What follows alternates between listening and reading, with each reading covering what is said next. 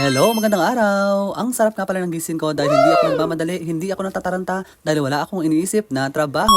Hindi ko nga rin pala talaga alam yung gagawin ko for today, kaya nga nagdamo-damo na lang ako sa harap ng tindahan at nagayos ng mga halaman. Dahil napapansin kong tuyo na nga sila dahil sa sobrang init ng panahon.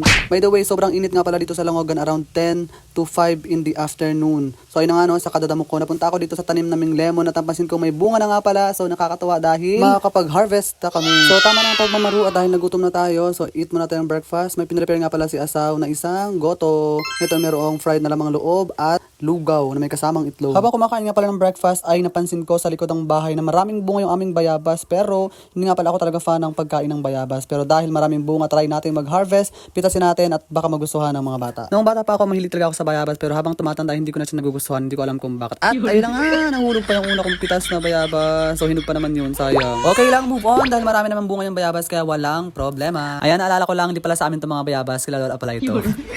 So hindi tayo mga agaw po today. So by the way, no, pag dito tayo sa bukid, parang ang saya-saya, walang problema, malayo sa mga stress dyan sa bayan kasi wala tayong iniisip ng mga kung ano-anong mga trabaho. Kaya minsan tuwing weekend talagang lagi kaming umuwi dito para makapag-refresh din naman. So dahil bakasyon, talagang sana masulit natin yung stay natin dito sa bukid para naman, you know, pagbalik sa pasukan ay energize tayo. So ayan, dahil wala tayong dalang plastic, kaya sa santo natin ilalagay. So nung bata ako talagang ganyan din ang ginagawa ko pag walang lalagyan. Sa pupuntahan namin mga pipitasang prutas talagang tapat sa santo ilalagay. Ayan nga, muntik pa ako mahulog. O diba? Hindi nag-iingat. Go. So medyo aning-aning ako sa part na yan dahil alam na magpipitas ng bayabas. Bakit naka-leather? O diba? Hindi nag-iisip. Go. At natapos ang ating pagpipitas ng mga sangkabayabasan sa ating likod bahay. At yan na nga yung lahat. At ang napitas ko at tingnan nyo pati yung damit ko. Sana hindi naman tsahan. So ayun ang nakakalungkot. Di ko napansin na bulok pala yung una kong napitas na bayabas. Yung pangalawa parang may pagka-pabulok. O ganun. Pabulok na siya. Pero yung the rest ay maganda yung kanyang ano, yung skin. Kaya I know pwede siyang kainin. Go. At ayan ang ano, after ng aking bayabas serya, ay nakita ko si Lola for the clean. O diba? For the linis ng ating palibot ng tanghanan. At kung mapapansin niyo no,